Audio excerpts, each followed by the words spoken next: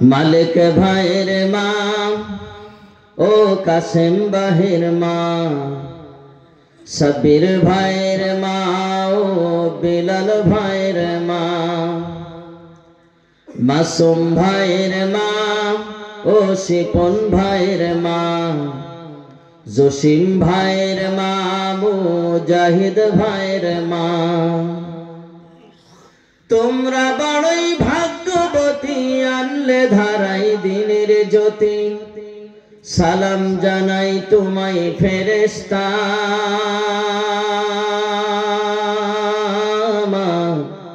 সালাম জানাই তোমায় ফেরেশতা। আল্লাহুম্মা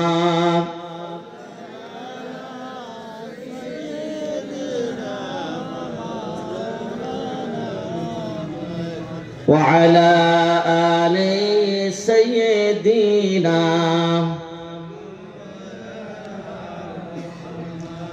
কেউ হারিয়ে ছেলে আর কেউ হারিয়ে ভাই, কেউ হারিয়ে দিনের সাথী নিশ্চয় ধারা। কেউ হারিয়ে ছেলে আর কেউ হারিয়ে ভাই, কেউ হারিয়ে দিনের সাথী নিশ্চয় ধারায়। তাদের স্মৃতি অন্তরে কেঁদে কেঁদে গুমরে মরে, বুক ভেঙে যায় কান্না ফোরাই না,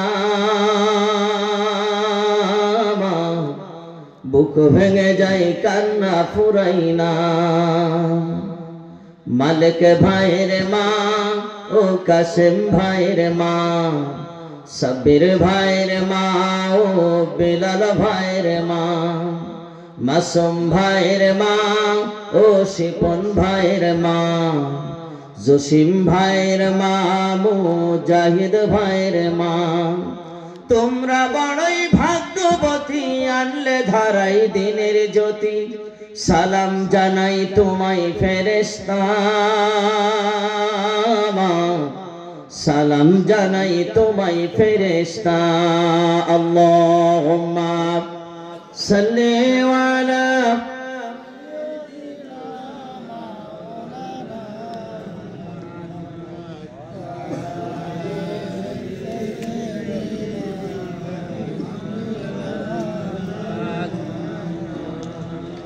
আলহামদুলিল্লাহ। আল্লাহ রাব্বুল আলামিন কোরআনুল কারীমের ভিতরে বললেন, ইয়া আইয়ুহান নাসু উবুদু রাব্বাকুমুল্লাযী খালাকাকুম ওয়াল্লাযীনা মিন ক্বাবলিকুম লাআল্লাকুম তাত্তাকুন। আল্লাহ রাব্বুল আলামিন বললেন, ইয়া আইয়ুহান নাস, হে মানুষ সকল, সুবুদু, ইবাদত করো, আল্লাযী খালাকাকুম, যিনি তোমাদেরকে সৃষ্টি করেছেন, লাআল্লাকুম তাত্তাকুন, যাতে তোমরা মুত্তাকি হতে পারো। সৃষ্টি করেছেন কে? আল্লাহ তাআলা। সেই আল্লাহ নিজে বলতেছেন যে তোমরা আমার ইবাদত করো, আমার গোলামি, আমার দাসত্ব করো। মানুষের দাসত্ব করা যাবে? জোরে বলেন। মানুষের আইন মানা যাবে? যাবে না। কার আইন মানবেন? আল্লাহর আইন মানবেন। সম্মানিত ভাইরা আমার, আল্লাহ রাব্বুল আলামিন এমন একজন মানুষকে তিনি নবুয়ত দিয়েছেন, এমন একজন ব্যক্তিকে তিনি নবুয়ত দিয়েছেন যার কথাবার্তা ছিল ভালো, যার আমল ছিল ভালো, যিনি নিজে ভালো আমল করতেন এবং মানুষদেরকে আল্লাহর দিকে ডাক দিতেন এবং দাবি করতেন আমি একজন মুসলমান। এমন একজন মানুষকে আল্লাহ তাআলা নবুয়ত দান করেছেন। সুবহানাল্লাহ। আল্লাহ রাব্বুল আলামিন কোরআনুল কারীমের ভিতরে বললেন, আমান আহসানু কাওলাম মিম্মান দাআ ইলাল্লাহি ওয়া আমিলা সালিহান ওয়া ক্বালা ইন্নানি মিনাল মুসলিমিন। আল্লাহ রাব্বুল আলামিন বললেন, ওই মানুষটার চাইতে উত্তম মানুষ আর কে হতে পারে? ওই ব্যক্তির চাইতে উত্তম ব্যক্তি আর কে হতে পারে যে নিজে নেক আমল করে, ভালো আমল করে এবং মানুষদেরকে আল্লাহর দিকে ডাক দেন এবং যিনি দাবি করেন আমি একজন মুসলমান, এই লোকটার চাইতে এই পৃথিবীতে আর কেউ ভালো লোক হতে পারে না। কথা বলুন ঠিক কিনা? সম্মানিত ভাইরা আমার, আল্লাহ রাব্বুল আলামিন আমাদের নবীকে তিনি নবুয়ত দিয়েছেন। নবুয়ত পাওয়ার পরে আল্লাহ রাব্বুল আলামিন বললেন মানুষদের কাছে আপনি দাওয়াত দেন। দাওয়াত দেওয়ার জন্য আল্লাহ রাব্বুল আলামিন নির্দেশ করেছেন নবীজিকে। আল্লাহ রাব্বুল আলামিন ডাক দিয়ে বললেন ইয়া আইয়ুহান নাবিয়্যু ইন্না আরসালনাকা শাহিদাও ওয়া মুবাশশিরাও ওয়া নাযীরা ওয়া দাঈয়ান ইলাল্লাহি বিইذনিহি ওয়া সিরাজাম মুনীরা। জোরে বলি আল্লাহু আকবার। আল্লাহ রাব্বুল আলামিন নবীজিকে ডাক দিলেন ইয়া আইয়ুহান নাবিয়্যু, হে আমার নবী, ইন্না আরসালনাকা শাহিদাও ওয়া মুবাশশিরাও ওয়া নাযীরা, আমি আপনাকে প্রেরণ করেছি সাক্ষ্যদাতা হিসাবে। আমি আপনাকে প্রেরণ করেছি সাক্ষ্যদাতা হিসাবে। আমি আল্লাহ রাব্বুল আলামিন আপনাকে প্রেরণ করেছি ভীতি প্রদর্শনকারী হিসাবে। সুতরাং আপনি মানুষদের কাছে দাওয়াত দেন। আল্লাহ রাব্বুল আলামিনের আহ্বানকারী হিসাবে আমি আল্লাহ রাব্বুল আলামিন আপনাকে সৃষ্টি করেছি। জোরে কান সুবহানাল্লাহ। রাসূল ছিলেন আল্লাহ রাব্বুল আলামিনের আহ্বানকারী, তিনি তাকে আহ্বানকারী হিসাবে বানিয়েছেন, তিনি দাওয়াত দিয়েছেন মানুষদের কাছে। সম্মানিত ভাইরা, আল্লাহ রাব্বুল আলামিন বলেন আপনি মানুষদের কাছে দাওয়াত দেন, সেই দাওয়াতটা হবে কৌশল এবং হিকমতের সহিত। কিসের সহিত? কৌশল এবং হিকমতের সহিত। আল্লাহ রাব্বুল আলামিন নবীজিকে বললেন উদউ ইলা সাবিলি রাব্বিকা বিল হিকমাতি ওয়াল মাউইযাতিল হাসানাতি ওয়াজাদিলহুম বিল্লাতী হিয়া আহসান ইন্না রাব্বাকা হুয়া আ'লামু বিমান দাল্লা আন সাবিলিহি ওয়া হুয়া আ'লামু বিল মুহতাদিন। জোরে বলি আল্লাহু আকবার। আল্লাহ রাব্বুল আলামিন বললেন আপনি দাওয়াত দিতে থাকেন, হিকমত এবং প্রজ্ঞার সহিত আপনি নসিহত করতে থাকুন, আর তাদের সাথে আপনি তর্ক করতে থাকবেন উত্তম পন্থায়। কোন পন্থায়? উত্তম পন্থায়। অনেক মানুষের কাছে যখন আপনি দাওয়াত দিবেন দেখবেন অনেক মানুষ কিন্তু তর্ক বিতর্ক করে। জোরে বলেন করে কিনা? অনেক তর্ক বিতর্ক করে, কিন্তু আল্লাহ রাব্বুল আলামিন বললেন আপনি তাদের কাছে নসিহত করবেন উত্তম পন্থায়, তাদের সাথে তর্ক বিতর্ক করবেন। কারণ আমি আল্লাহ রাব্বুল আলামিন সব থেকে ভালো জানি কে আল্লাহ রাব্বুল আলামিনের উপরে ঈমান এনেছে আর কে আনে নাই। এই বিষয়ে আমি আল্লাহ রাব্বুল আলামিন সব থেকে বেশি অবগত আছি। জোরে কান সুবহানাল্লাহ। সম্মানিত ভাইরা আমার, এজন্য আল্লাহ রাব্বুল আলামিন আল্লাহ নবীজিকে বলেছেন দাওয়াত দিতে। নবীজি দাওয়াত দিয়েছেন গোটা মক্কা নগরীতে। কোন জায়গায়? জোরে বলেন। গোটা মক্কা নগরীতে দাওয়াত দিয়েছেন নবীজি আমার। নবীজি আমার দাওয়াত দিলেন ওয়ালতাকুম মিনকুম উম্মাতুন ইয়াদউনা ইলাল খায়রি ওয়া ইয়া'মুরুনা বিল মা'রুফি ওয়া ইয়ানহাউনা আনিল মুনকার ওয়া উলাইকা হুমুল মুফলিহুন। জোরে বলি আল্লাহু আকবার। আল্লাহ রাব্বুল আলামিন বললেন তোমাদের ভিতরে এমন একটা দল থাকা উচিত যেই দলের লোকগুলি মানুষদেরকে কল্যাণের দিকে আহ্বান করবে, নিজেরা ভালো কাজ করবে এবং মানুষদেরকে মন্দ কাজ থেকে ফেরাবে, নিজেরা মন্দ কাজ ছেড়ে দেবে, মানুষদেরকে মন্দ কাজ থেকে ফেরাবে। আল্লাহ রাব্বুল আলামিন বললেন এই লোকগুলি হচ্ছে সফল কাম হয়ে যাবে। কি কাম? সফল কাম। তাহলে আমাদের সকলকে ভালো কাজ করতে হবে, মন্দ কাজ ছেড়ে দিতে হবে। মন্দ কাজ আমাদের কোনো ভাই যদি করে সেটা করতে দেওয়া যাবে না। কথা কার? আরো জোরে বলেন। আল্লাহর কথা। আল্লাহ রাব্বুল আলামিন রাসূলকে বললেন দাওয়াত দিতে।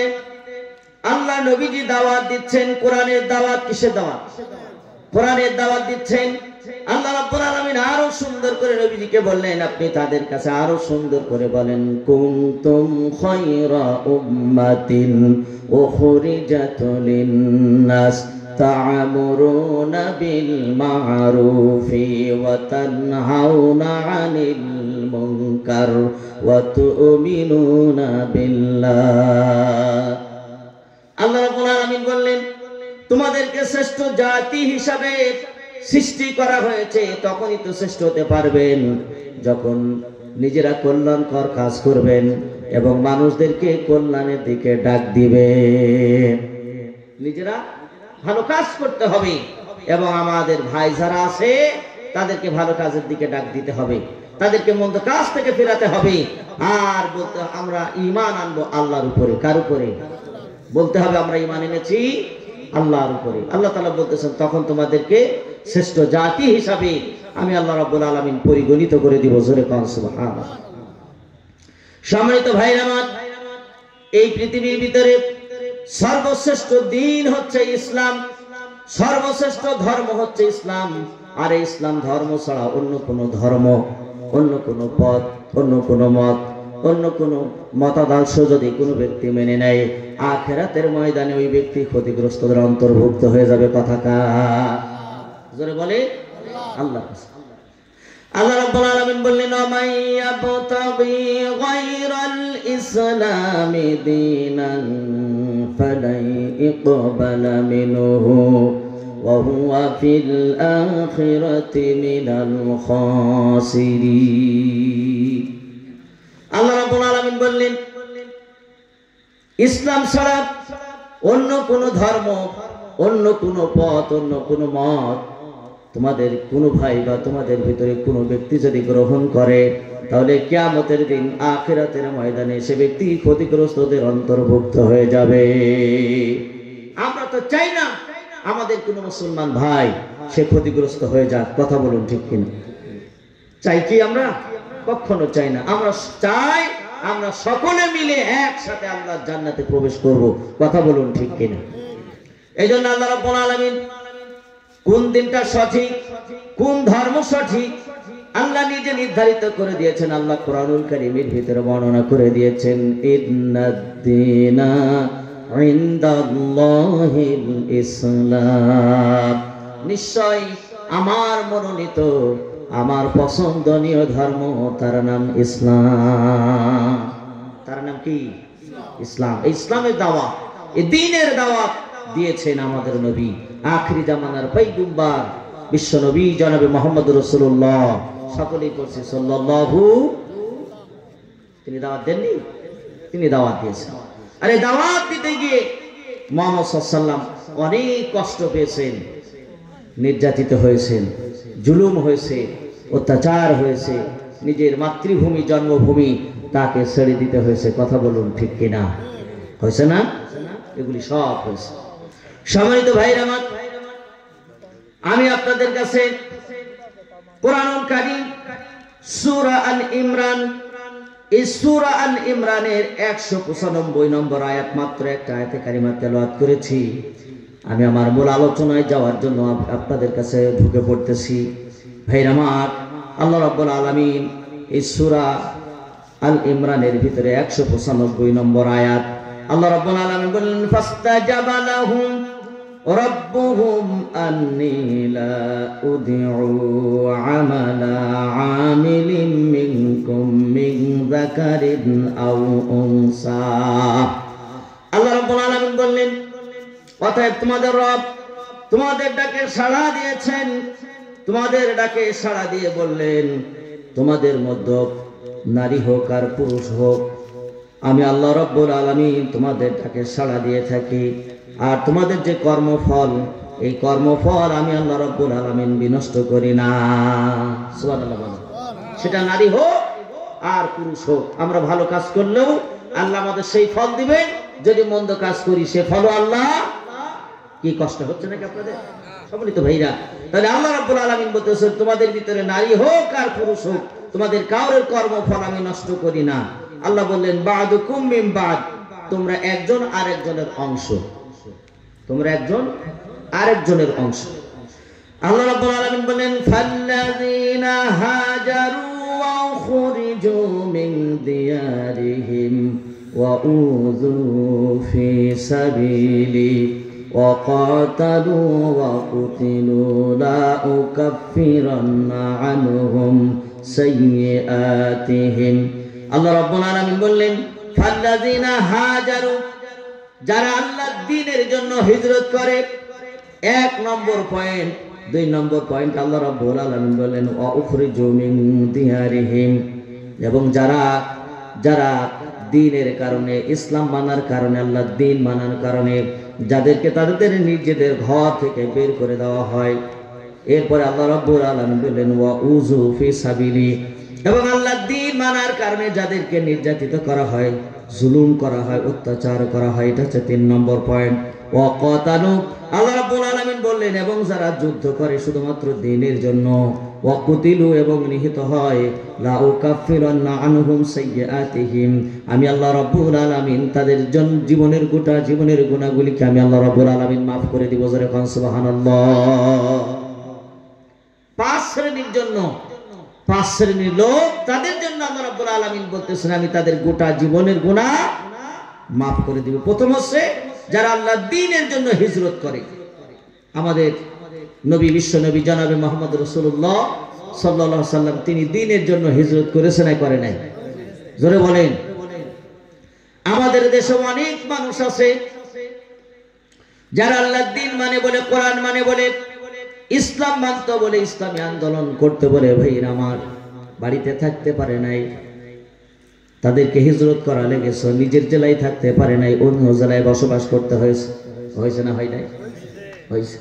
আল্লাহ রাব্বুল আলামিন বলেন 5 শ্রেণীর লোকের জন্য আমি আল্লাহ রাব্বুল আলামিন গুনাহ মাফ করে দিব, আর তাদেরকে ওই জান্নাতের ভিতরে প্রবেশ করাবো যে জান্নাতের তলদেশ দিয়ে নহর সমূহ প্রবাহিত হয়। জোরে কোন সুবহানাল্লাহ।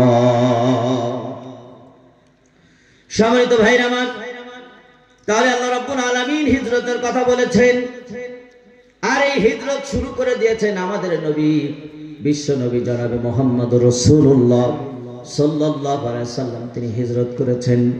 মুহাম্মদ সাল্লাল্লাহু আলাইহি সাল্লামের কোনো অপরাধ ছিল না, তিনি কোনো অন্যায় করেন নাই, অপরাধ করে নাই।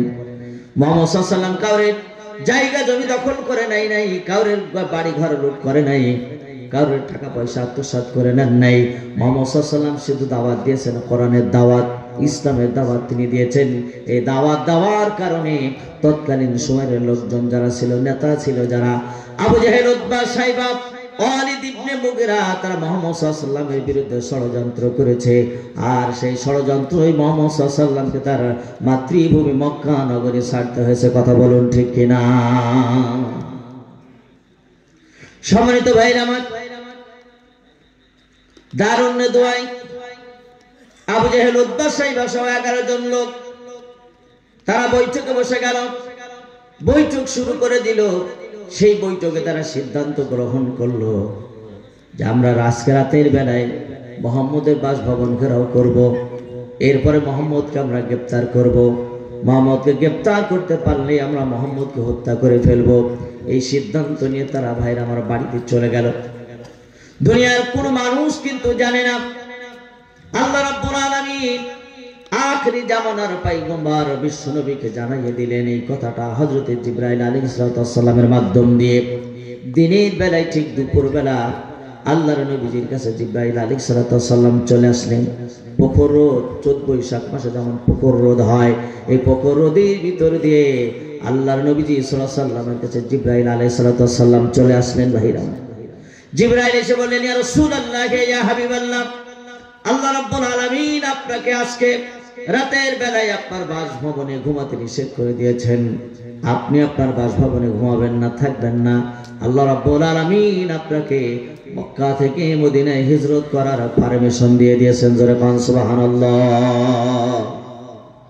ভাইরা, আল্লাহর নবীজি যখন এই কথা শুনলেন, আল্লাহ নবীজির কাছে জিবরাইল আলাইহিস সালাম বললেন, وَإِذْ يَمْكُرُ بِكَ الَّذِينَ كَفَرُوا لِيُثْبِتُوكَ أَوْ يَقْتُلُوكَ আও ইখরুজুকা ওয়া ইয়ামকুরুনা ওয়া ইয়ামকুরুল্লাহু আল্লাহু খায়রুল মাকিরিন।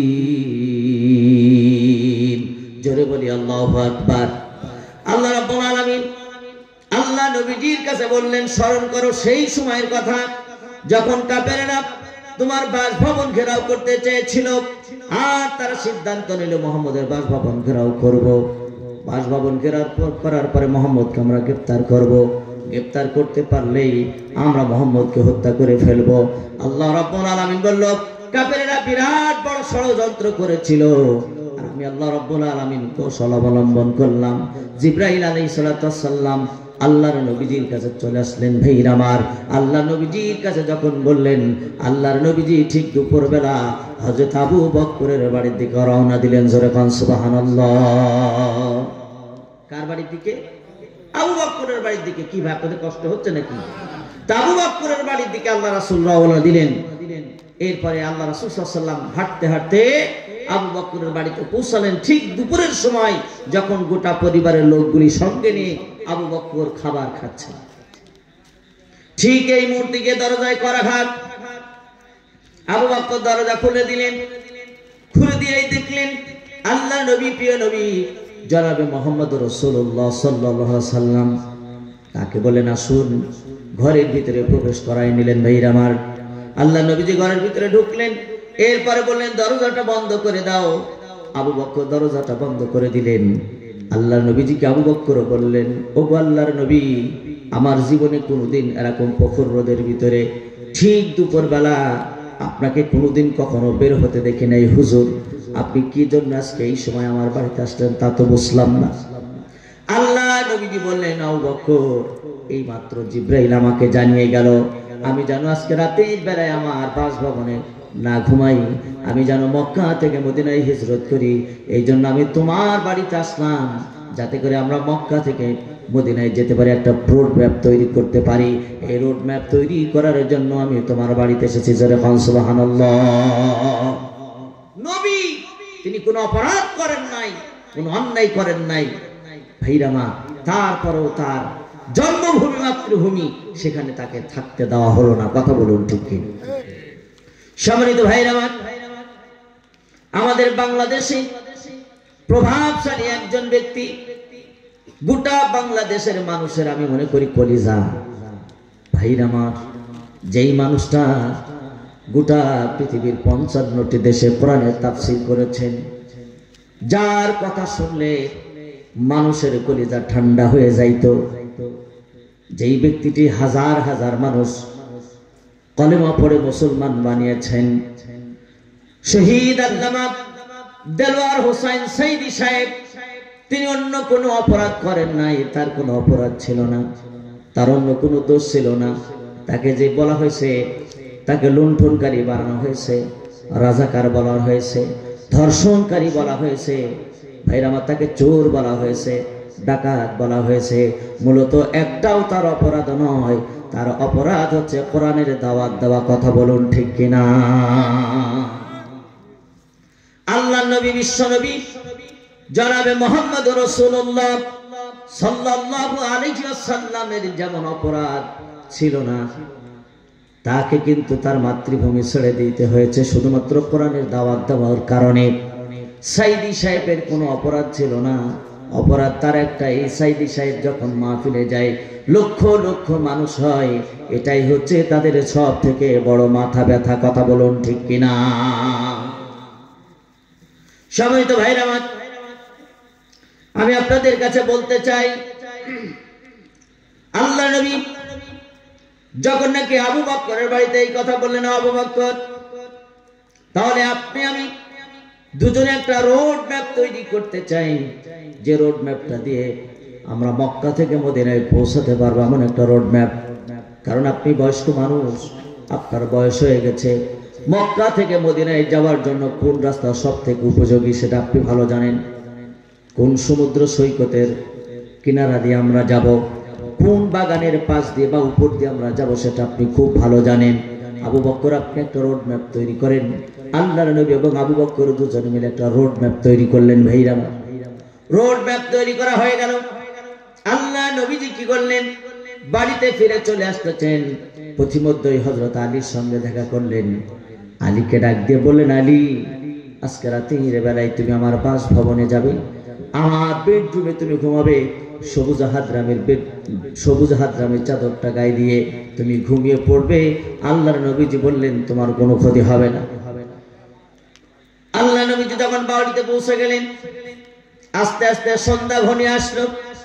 আর সন্ধ্যা ঘনিয়ে আসার পরে হযরত আলী রাদিয়াল্লাহু তাআলা কি করলেন, আর দেরি করলেন না, আল্লাহ নবীজির বাড়িতে প্রবেশ করলেন। আল্লাহ নবীজির যে বেডরুম ছিল, এই বেডরুমের ভিতরে উনি ঢুকলেন, সবুজ হাতরামের চাদরটা গায়ে দিয়ে একেবারে মুড়ি দিলেন ভাইরা আমার। আর যখন রাত হয়ে গেল, গভীর রাত যখন হয়ে গেল, রাত 12টার পরে কাফের যারা দুশমন, যারা ইসলামের দুশমন, নবীজির দুশমন, আল্লাহর দুশমন, কোরআনের দুশমন যারা, এরা 11 জন বিশিষ্ট লোক, তারা আল্লাহর নবীজির বাসভবনটা ঘেরাও করে ফেললো ভাইরা।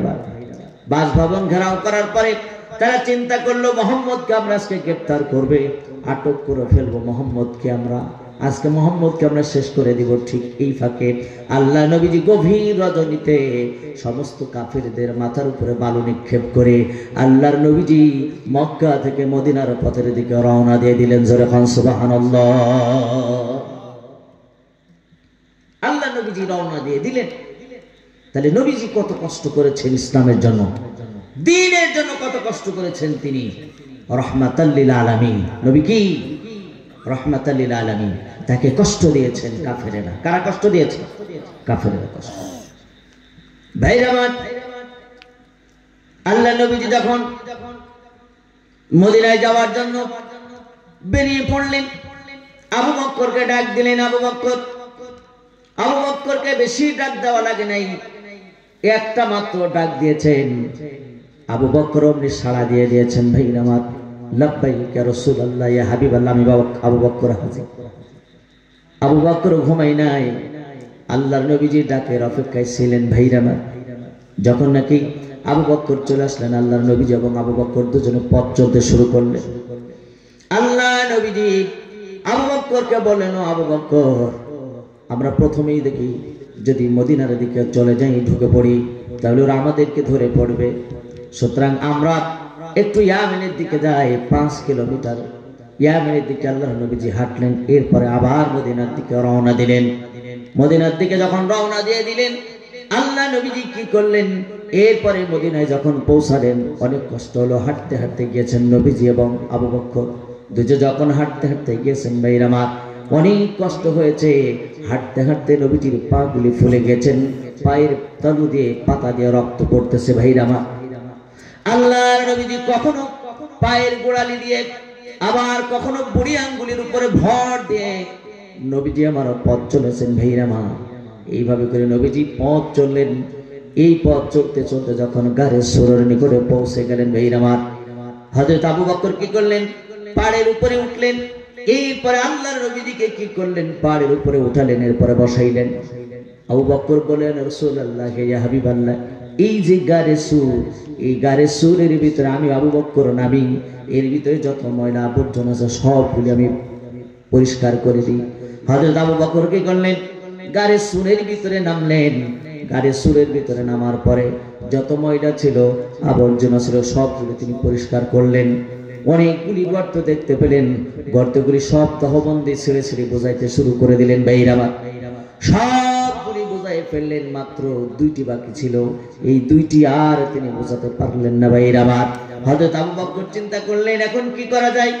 হযরত আবু বকর নিজের পায়ের 2টি গোড়ালি উনি ঢুকাই দিলে 2টি গর্তের ভিতরে, পা দুটো মেলে দিয়েছেন। এরপরে আল্লাহর নবীজিকে বললেন, ওগো আল্লাহর নবী, আপনি অনেক পরিশ্রম করেছেন, ক্লান্ত হয়েছেন, হুজুর আপনি গারে সুরের ভিতরে প্রবেশ করুন। আল্লাহর নবীজি গারে সুরের ভিতরে প্রবেশ করলেন। আবু বকর পা মেলে দিয়েছেন। আল্লাহর নবীজিকে আবু বকর বললেন, ইয়া রাসূলুল্লাহ, ইয়া হাবিবাল্লাহ, আপনি আমার উরুর উপরে মাথা রেখে ঘুমিয়ে যান, আপনি বিশ্রাম করুন, আরাম ফরমান। আল্লাহর নবীজি গারে সুরের ভিতরে প্রবেশ করার পরে আবু বকরের উরুর উপরে মাথা দিয়ে নবীজি আমার ঘুমিয়ে গেলেন, আরাম ফরমালেন। ভাইরা আমার, আল্লাহর নবীজি ঘুমিয়ে পড়েছেন। ঠিক এমন সময় এমন মুহূর্তে আবু বকরের পায়ে কিসে যেন দংশন করে দিল। আবু বকরের যখন পায়ে দংশন করে দিয়েছে, হযরত আবু বকরের শরীরের ভিতরে বিষের যন্ত্রণা, তীব্র যন্ত্রণা শুরু হয়ে গেল।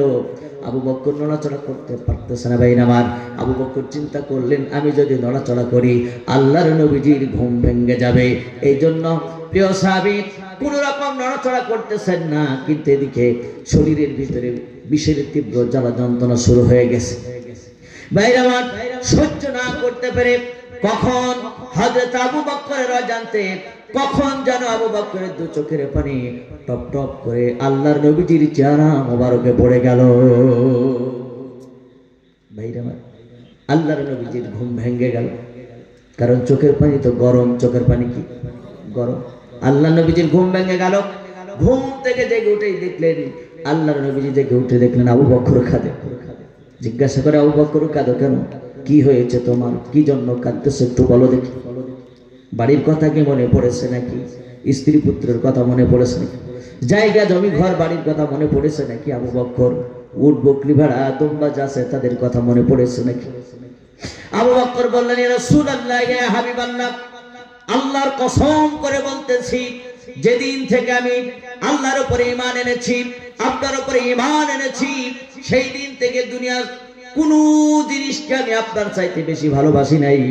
ও আল্লাহর নবীজি, আমার জায়গা জমির কথা স্মরণ হয়ে আমি কাঁদতেছি না, আমার উট বকরি ভেড়া দুম্বা তাদের কথা স্মরণ হয়ে আমি কাঁদতেছি না, স্ত্রী পুত্র কথা মনে পড়ে আমি কাঁদতেছি না।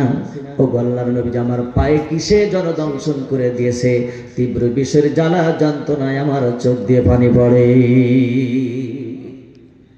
আল্লাহর নবীজি বলেন, আবু বকর, তুমি আগে কেন বলো নাই? তুমি আমাকে বললেই আমি আমার মুখের লালা লাগিয়ে দিতাম, তোমার তীব্র যন্ত্রণা ভালো হয়ে যেত। আবু বকর বললেন, ইয়া রাসূলুল্লাহ, আমি চাই নাই রাহমাতাল লিল আলামিনের ঘুম ভেঙে যাক। আল্লাহু আকবার। কেমনে ভালোবাসতেন তারা, নবীকে কেমন ভালোবাসতেন সাহাবায়ে আজমাইন, কথা বলুন ঠিক কিনা? এই জন্য আল্লাহ রাব্বুল আলামিন বললেন, ফাল্লাযীনা হাজারু, যারা আল্লাহর দ্বীনের জন্য হিজরত করবে, আল্লাহ বলেন আমি তাদের জন্য আমার জান্নাত আমি দিয়ে দিব। জোরে কোন সুবহানাল্লাহ। এরপরে 2 নম্বর পয়েন্টের ভিতরে আল্লাহ রাব্বুল আলামিন বললেন, ওয়া উখরিজু মিন দিয়ারিহিম, যারা আল্লাহর দ্বীনের জন্য তাদের ঘর বাড়ি জায়গা জমি ছেড়ে দেবে, ভাইরা আমার, তাদের জন্য আল্লাহ বলতেছেন আমি জান্নাত দিয়ে দিব। জোরে কোন সুবহানাল্লাহ। তাহলে আল্লাহর নবী তার মাতৃভূমি জন্মভূমি মক্কা নগরী সে ছেড়ে দিয়েছেন, শুধুমাত্র আল্লাহর দ্বীনের জন্য, ইসলামের জন্য, কোরআনের জন্য ছেড়ে দিয়েছেন। কথা বলুন ঠিক কিনা? মক্কা নগরীতে যারা নাকি ঈমান এনেছিল আল্লাহর নবীজির উপরে, আল্লাহর উপরে যারা ঈমান এনেছিল, তারা নবীজির সঙ্গে হিজরত করেছে। ভাইরা আমার, তারা যখন হিজরত করেছে, অনেক প্রভাবশালী মানুষ ছিল মক্কা নগরীতে, যাদের বিরাট বড় বড় ব্যবসা ছিল, উট বকরি ভেড়া দুম্বা ছিল, ভাইরা আমার, জমি জায়গা ছিল, সব কিছু ছিল। শুধুমাত্র ঈমান আনার কারণে এই লোকগুলি মক্কা থেকে মদিনায় চলে গেছে। জায়গা জমির মায়া করে নাই, উট বকরি ভেড়ার মায়া করে নাই, স্ত্রী পুত্র সন্তানের তারা মায়া করে নাই, সবগুলি লাথি মেরে দিয়ে আল্লাহর দ্বীনের জন্য মক্কা থেকে মদিনায় চলে গেছেন। কথা বলুন ঠিক কিনা? মক্কার এই লোকগুলি ছিল মুহাজির। আর মদিনায় যাওয়ার পরে যে লোকগুলি আল্লাহ নবীজির উপরে ঈমান আনলো, কোরআনের উপরে ঈমান আনলো, আল্লাহর উপরে ঈমান আনলো, সেই আনসার লোকগুলি তারা কেমনে আল্লাহর নবীকে ভালোবাসলো, আল্লাহর দ্বীনকে কেমনে ভালোবাসলো, আমি আপনাদের কাছে একটু বলতে চাই। আল্লাহর নবীজির এবং সাহাবায়ে আজমাইন মুহাজির ভাইরা যারা মদিনায় চলে গেলেন, মদিনার যে সমস্ত লোকজন ছিল যারা মুসলমান হয়েছেন, ইসলাম ধর্ম গ্রহণ করেছেন, কোরআনকে মেনে নিয়েছেন, এই মানুষগুলি, এই সাহাবীগুলি, এই আনসার সাহাবীগুলি তারা কি করেছেন ভাইরা আমার? তারা, তাদের যদি ডবল স্ত্রী থাকতো, 2টা যদি স্ত্রী থাকতো, একটা স্ত্রীকে তারা তালাক দিয়ে দিতেন। আমার মুহাজির ভাইদের সঙ্গে সেই স্ত্রীকে বিবাহ দিয়ে দিয়েছেন, সম্পদের ভাগ দিয়েছেন, বাগানের ভাগ দিয়েছেন। এইভাবে করে একজন আরেকজনের সাহায্য সহযোগিতা করেছেন। ভাইরা আমার, ইসলাম মানার কারণে অনেক অত্যাচার জুলুম তৎকালীন সময়েও হয়েছে। কথা বলুন ঠিক কিনা? বিগত 16টি বছর যারা ইসলাম মেনেছে, কোরআন মেনেছে, তাদেরকে এর চাইতে বেশি জুলুম অত্যাচার করেছে। কথা বলুন ঠিক কিনা? সম্মানিত ভাইরা আমার, আপনারা জানেন বাংলাদেশে আল্লামা দেলোয়ার হোসেন সাঈদী সহ অনেকগুলি মানুষ যারা ইসলাম মানতেন, কোরআন মানতেন, বাংলার জমিনে আল্লাহর দিন কায়েম হোক, ইসলামী রাষ্ট্র কায়েম হোক, কোরআনের আইন কায়েম হোক, এই বিষয় নিয়ে যারা কাজ করতেন, রাষ্ট্র পরিচালনা করার জন্য যারা চিন্তাধারা করতেন, ভাইরা আমার, সংগ্রাম করেছেন, আন্দোলন করেছেন, এই লোকগুলি, বড় বড় লোকগুলিকে তারা ধরে ধরে ফাঁসির মঞ্চে নিয়ে গেছে। কথা বলুন ঠিক কিনা? কিন্তু তারা জীবন দিয়েছে, তাদের কাছ থেকে ফিরে আসে নাই। কথা বলুন ঠিক কিনা? তারা জীবন দিয়েছে ইসলামের জন্য। তারা বলেছে আমরা পরোয়া করি না এই মৃত্যুকে, আমরা শহীদি মালা গলায় দিয়ে আল্লাহর জান্নাতে পৌঁছাতে চাই, কারণ আমরা ইসলামের জন্যই তো কাজ করতেছি। কথা বলুন ঠিক কিনা? সম্মানিত ভাইরা আমার, তাহলে বোঝা গেল ইসলামের জন্য যারাই কাজ করেছে তাদেরকে অনেক অত্যাচার করা হয়েছে, অনেক জুলুম করা হয়েছে, নির্যাতন করা হয়েছে। আল্লাহ নবীজির একজন প্রিয় সাহাবী ইসলাম গ্রহণ করলেন। সম্মানিত ভাইরা আমার, গ্রহণ করার সঙ্গে সঙ্গে তাকে সব ছেড়ে দিতে হলো। আল্লাহ রাব্বুল আলামিন বললেন ওয়াখরিজু মিন দিয়ারিহিম, যারা তাদের ঘর বাড়ি থেকে উচ্ছেদ হলো শুধুমাত্র ইসলাম মানার কারণে, আল্লাহর দিন মানার কারণে, তাদের ঘর বাড়ি থেকে উচ্ছেদ করে দেওয়া হলো, তাদেরকে আল্লাহ রাব্বুল আলামিন জান্নাতের ভিতরে জায়গা করে দিবেন। জোরে কান সুবহানাল্লাহ। সম্মানিত ভাইরা আমার, বুখারীর ভিতরে বর্ণনা দেওয়া হয়েছে, আব্দুল্লাহ বাজারাই, ডাক নাম আব্দুল উজ্জাব। এই আব্দুল উজ্জাব উনি ওনার চাচার বাড়িতে থাকতেন, বুট বকরি ভেড়া তিনি চড়াইতেন। উনি গিয়ে ওনার চাচাকে বলেন, ও চাচা যান, আমি আপনার কাছে বলতে চাই মোহাম্মদ মানুষটা কেমন, মোহাম্মদের কথাবার্তা কেমন লাগে আপনার কাছে? আব্দুল উজ্জাব চাচা বললেন, মোহাম্মদের কথাবার্তা ভালো, ব্যবহার আচরণ ভালো, মোহাম্মদ খুব ভালো লোক, এটা আমি জানি, মোহাম্মদ একজন নবী, এটাও আমি জানি, আমি বিশ্বাস করি। আব্দুল উজ্জাব বলেন, ও চাচা, তাহলে আপনি মোহাম্মদের উপরে ঈমান আনেন? চাচা বলল, না, সব কিছু আমি জানি বটে, কিন্তু মোহাম্মদের উপরে ঈমান আনবো না। আব্দুল উজ্জাব বললেন, চাচা, আপনি মোহাম্মদের উপরে ঈমান আনবেন না, আমি আপনাকে সাক্ষী রেখে মোহাম্মদ সাল্লাল্লাহু আলাইহি ওয়াসাল্লামের উপরে ঈমান আনছি। আব্দুল উজ্জাব চাচা ডাক দিয়ে বললেন, মোহাম্মদ শোনো। আব্দুল উজ্জাব চাচা ডাক দিয়ে আব্দুল উজ্জাকে বলল, ও ভাতিজা আব্দুল উজ্জাব, শোনো না, মোহাম্মদের উপরে তুমি যদি ঈমান আনো, মুহাম্মদের রবির উপরে যদি তুমি ঈমান আনো, এর পরিণতি কি তা তুমি জানো নাকি? আব্দুল উজ্জাব বললেন, না, তা তো আমি জানি না। আব্দুল উজ্জাব চাচা বললেন, আব্দুল উজ্জাব ভালো করে শুনে নাও, তুমি যদি কলেমা পড়ো, কলেমা পড়ার কারণে তুমি যে আমার বাড়িতে থাকো, আমার বাড়িতে তোমার আর থাকা হবে না, আমার বাড়িতে থাকা হবে না। আব্দুল উজ্জাব বললেন, চাচা, তাতেও কোনো যায় আসে না, আমি আপনার বাড়িতে থাকবো না, কিন্তু মোহাম্মদের যে কলেমা, এই কলেমা আমি পড়ে মুসলমান হব। জোরে কোন সুবহানাল্লাহ। সম্মানিত ভাইরা আমার, আব্দুল উজ্জাব যখন এই কথা বললেন, আব্দুল উজ্জাব চাচা বললেন, ও আব্দুল উজ্জাব, তুমি যে কলেমা পড়বে, মুসলমান হয়ে যাবে, এর কি ভয়াবহ পরিণাম তাকে তুমি জানো নাকি? আব্দুল উজ্জাব বললেন, চাচা কি? বললেন, তুমি আমার উট বকরি যে ভেড়াগুলি চড়াও, সেগুলি সব সে নিয়ে নেব, গুলি আর চড়াইতে পারবে না। আব্দুল উজ্জাব বলল, আমার যায় আসে না।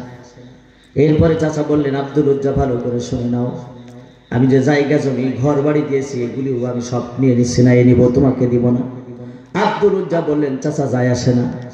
আব্দুল উজ্জাব কি করলেন? চাচার সামনে কলেমা পড়ে মুসলমান হয়ে গেলেন। আশহাদু আল্লা ইলাহা ইল্লাল্লাহু ওয়াহদাহু লা শারীকা লাহু ওয়া আশহাদু আন্না মুহাম্মাদান আবদুহু ওয়া রাসূলুহু। জোরে বলি আল্লাহু আকবার। আব্দুল উজ্জাব যখন কলেমা পড়লেন, মুসলমান হয়ে গেলেন। আব্দুল উজ্জাব চাচা ডাক দিয়ে বলেন, আব্দুল উজ্জাব ভাতিজা, ভালো করে শুনে নাও, তুমি যে কলেমা পড়েছো, কলেমা পড়ার কারণে আমি সব কিছু তোমার কাছ থেকে ছিনাই নিলাম। আব্দুল উজ্জা বললেন, ঠিক আছে, সব আমি ছেড়ে দিলাম, কিন্তু আমি গ্রহণ করলাম ঈমান। সুবহানাল্লাহ। সম্মানিত ভাইরা আমার, আব্দুল উজ্জার চাচা বলেন, আব্দুল উজ্জা ভালো করে শুনে নাও, তুমি আমার ঘর বাড়ি ছেড়ে দিয়েছো, জায়গা জমি ছেড়ে দিয়েছো, উট বকরি ভেড়া দুম্বা যা কিছু আছে সবগুলি ছেড়ে দিয়েছো। আব্দুল উজ্জা তোমার পরনের যে লুঙ্গি এবং জামাটা ছোট আমার টাকায় ওটাও খুলিয়ে দিয়েছে। যুবক মানুষ আব্দুল উজ্জা কোনো কিছু পরোয়া করলেন না। ভাইরা আমার, ঈমানের কাছে দেখেন কি করলেন ভাইরা আমার, ঈমান বড্ড ঈমান মজবুত ঈমান। ভাইরা আমার, আব্দুল উজ্জা নিজের লুঙ্গি জামা সব খুলে দিলেন। এই তরুণ যুবক ছেলেটা বাড়ির দিকে রওনা দিয়ে দিলেন। মায়ের কাছে যাচ্ছেন। ভাইরা আমার, দূর থেকে মা জননী দেখতে পাচ্ছেন আমার আব্দুল উজ্জা আসতেছে, মাথার চুলগুলা কাকড়ানো উস্কো পুস্কো হয়ে গেছে, বিবর্ণ মতো দেখাচ্ছে। ভাইরা আমার, আব্দুল উজ্জার মা দূর থেকে দেখলেন আমার কলিজার টুকরা সন্তান উলঙ্গ, কোনো পোশাক নাই আব্দুল উজ্জার পর। মা ডাক দিয়ে বলে, কি ব্যাপার আব্দুল উজ্জা, তোমার এই অবস্থা কেমনে হলো? আব্দুল উজ্জা বলল, ও মা, আমি অন্য কোনো অপরাধ করি নাই, অপরাধ শুধুমাত্র একটা করেছি, কলেমা পড়েছি, মুসলমান হয়েছি। এই মুসলমান হওয়ার কারণে আমার চাচা আমার কাছ থেকে সব কিছু ছিনিয়ে নিয়েছে, এমনকি আমার গায়ের পোশাক লুঙ্গি জামা পর্যন্ত খুলে নিয়েছে। বাইরে মা, আব্দুল উজ্জা মাকে ডাক দিয়ে বলেন, ও মা, ঘরে তেমন যদি কোনো ছেঁড়া কম্বল থাকে একটু দাও। মা জননী কি করলেন, একটা ছেঁড়া কম্বল ছিল, কম্বলটা দিয়ে দিলেন। আব্দুল উজ্জা কম্বলটা নিলেন, দুই খণ্ড করলেন। দুই খণ্ড করার পরে এক খণ্ড দিয়ে কোমর থেকে হাঁটু পর্যন্ত ঢাকলেন, আর এক খণ্ড দিয়ে শরীর ঢাকলেন। ঢাকার পর আব্দুল উজ্জা বললেন, মা, আমি এখানে আর থাকতে চাই না, আমি আল্লাহর নবীজির কাছে পৌঁছে যাব। জোরে কান সুবহানাল্লাহ। সম্মানিত ভাইরা আমার, আব্দুল উজ্জা হাঁটতে হাঁটতে চলে গেলেন মসজিদে নববীতে। আল্লাহ নবীজি যেখানে থাকে অবস্থান করেন ওখানে চলে গেলেন। ভাইরা আমার, মসজিদে নববীর দরজায় আব্দুল উজ্জা বসা। আল্লাহ নবীজি বাড়ি থেকে দেখতে পাচ্ছেন, ঘর থেকে দেখতে পাচ্ছেন একজন উস্কো ফুস্কো চুলওয়ালা যুবক, তরুণ যুবক, উস্কো ফুস্কো চুলওয়ালা। আল্লাহ নবীজি কি করলেন, আব্দুল উজ্জার কাছে চলে আসলেন। আব্দুল উজ্জার কাছে আসার পরে আব্দুল উজ্জাকে ডাক দিয়ে বললেন, কে তুমি? বললেন, হুজুর, আমি আব্দুল উজ্জা, তোমার এই অবস্থা কেন হলো? সব বিবরণ দিলেন। আল্লাহ নবীজি সাহাবীদেরকে ডাক দিলেন, আসহাবে সুফফা যারা ছিল সব সাহাবীদেরকে ডাক দিয়ে বললেন, তোমাদের ভাই আব্দুল উজ্জা মুসলমান হওয়ার কারণে তার জায়গা জমি ঘর বাড়ি সব তার চাচারা কেড়ে নিয়েছে, এমনকি পরনের পোশাক লুঙ্গি জামা পর্যন্ত খুলে নিয়েছে। তার ঈমান হচ্ছে বড্ড দামি ঈমান, তাকে আসহাবে সুফফার ভিতরে নিয়ে যাও, তাকে কোরআন তেলাওয়াত শিক্ষা দাও। জোরে কান সুবহানাল্লাহ। কথাটা আমি এই জন্য বলতেছি আপনাদের কাছে যে ঈমান আনার কারণে সব কিছু হারাতে হয়েছে। কথা বলুন ঠিক কিনা? এই জন্য আল্লাহ রাব্বুল আলামিন বললেন, ওয়া উখরিজু মিন দিয়ারিহিম, যারা তাদের নিজেদের ঘর বাড়ি থেকে উচ্ছেদ হবে ঈমান আনার কারণে, আল্লাহর দ্বীন মানার কারণে, আমি আল্লাহ রাব্বুল আলামিন তাদেরকে জান্নাত দিয়ে দিব। জোরে কান সুবহানাল্লাহ।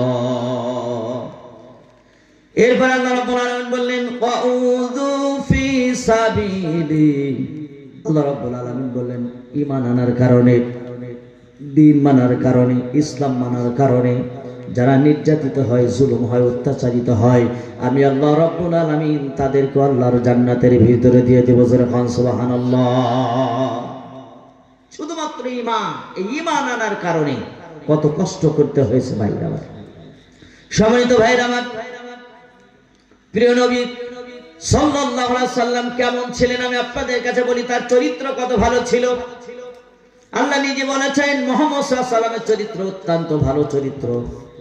মুহাম্মদ সাল্লাল্লাহু আলাইহি সাল্লামের কথাবার্তা ভালো, নম্র ভদ্র একজন মানুষ। আল্লাহ রাব্বুল আলামিন বললেন, ওয়া ইন্নাকা লাআলা খুলুকিন আযীম। জোরে বলি আল্লাহু আকবার। মুহাম্মদ সাল্লাল্লাহু আলাইহি সাল্লামের চরিত্র হচ্ছে মহান চরিত্র। যেই চরিত্র মাপার মতো যন্ত্রপাতি পৃথিবীতে নাই, জোরে কোন সুবহান। এমন একজন মানুষকে তৎকালীন সময় কাফেরেরা তারা জুলুম করেছে, নির্যাতন করেছে, কষ্ট দিয়েছে। কথা বলুন ঠিক কিনা?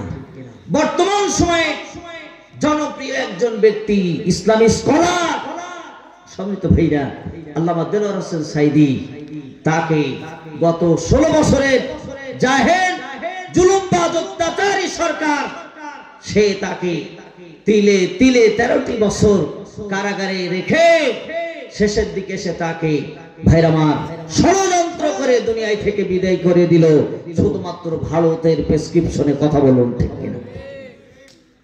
সম্মানিত ভাইরা, আজকে যদি আমাদের সেই সোনার মানুষটা থাকতো, আহারে, যে সময় গোটা বাংলাদেশে সোনালী যুগ বয়ে যাচ্ছে, যে সময় সবাই মুক্তি পেয়ে গেল, আজকে যদি আল্লামা দেলোয়ার হোসেন সাঈদী তিনি বেঁচে থাকতেন, তিনি মুক্তি পেতেন। যে সমস্ত প্রোগ্রাম, বড় বড় ওয়াজ মাহফিল বাংলাদেশে এখন হচ্ছে, ডাক্তার মিজানুর রহমান আজহারি উনি এই মাহফিলগুলি করতেছেন, ওনার মাহফিলে যদি 20 থেকে 25 লক্ষ মানুষ হয়, আমাদের আল্লামা যদি ওই মাহফিলে উপস্থিত হতেন, আরো কত না মানুষ হতো। কথা বলুন ঠিক কিনা? আফসোস, এরকম একজন সোনার মানুষ যার নাহমাদহু শুনলে কলিজা ঠান্ডা হয়ে যায়, ঠিক কিনা বলেন? শুধু নাহমাদহু বলবে, বলার সঙ্গে সঙ্গে কলিজা পর্যন্ত ঠান্ডা হয়ে যাবে, সেই মানুষটাকে তারা বিদায় করে দিল। এদের মতো নিষ্ঠুর জুলুমবাজ অত্যাচারী মানুষ পৃথিবীতে আর আছে বলে আমার মনে হয় না। কথা বলুন ঠিক কিনা? তো সম্মানিত ভাইরা আমার, তাহলে আল্লাহ রাব্বুল আলামিন বলেছেন, ওয়াউযু ফি সাবিলি, যারা নির্যাতিত হবে, নিষ্পেষিত হবে। বাংলাদেশে হাজার হাজার লক্ষ লক্ষ মানুষ আছে যারা নির্যাতিত হয়েছে, জুলুম হয়েছে, অত্যাচার হয়েছে। ভাইরা আমার, আপনারা জানেন বাংলাদেশের কত মানুষ গুম হলো, খুন হলো। আমার বন্ধুগণ, তারা ছিল শুধুমাত্র তাদের বিরোধী মতদর্শের লোক। কথা বলুন ঠিক কিনা? এই মাত্র কারণে তারা তাদেরকে খুন করেছে, গুম করেছে, এই যে নির্যাতন চালিয়েছে। ভাইরা আমার, আপনারা লক্ষ্য করে দেখেছেন আল্লাহ রাব্বুল আলামিন যে কথা বলেছেন, ওয়াকাতালু, যারা যুদ্ধ করবে, এই যুদ্ধাহত ব্যক্তি যারা হবে, আল্লাহ রাব্বুল আলামিন তাদের জীবনে সব গুনাহগুলি মাফ করে দিবেন এবং তাদেরকে আল্লাহর জান্নাতে জায়গা করে দিবেন।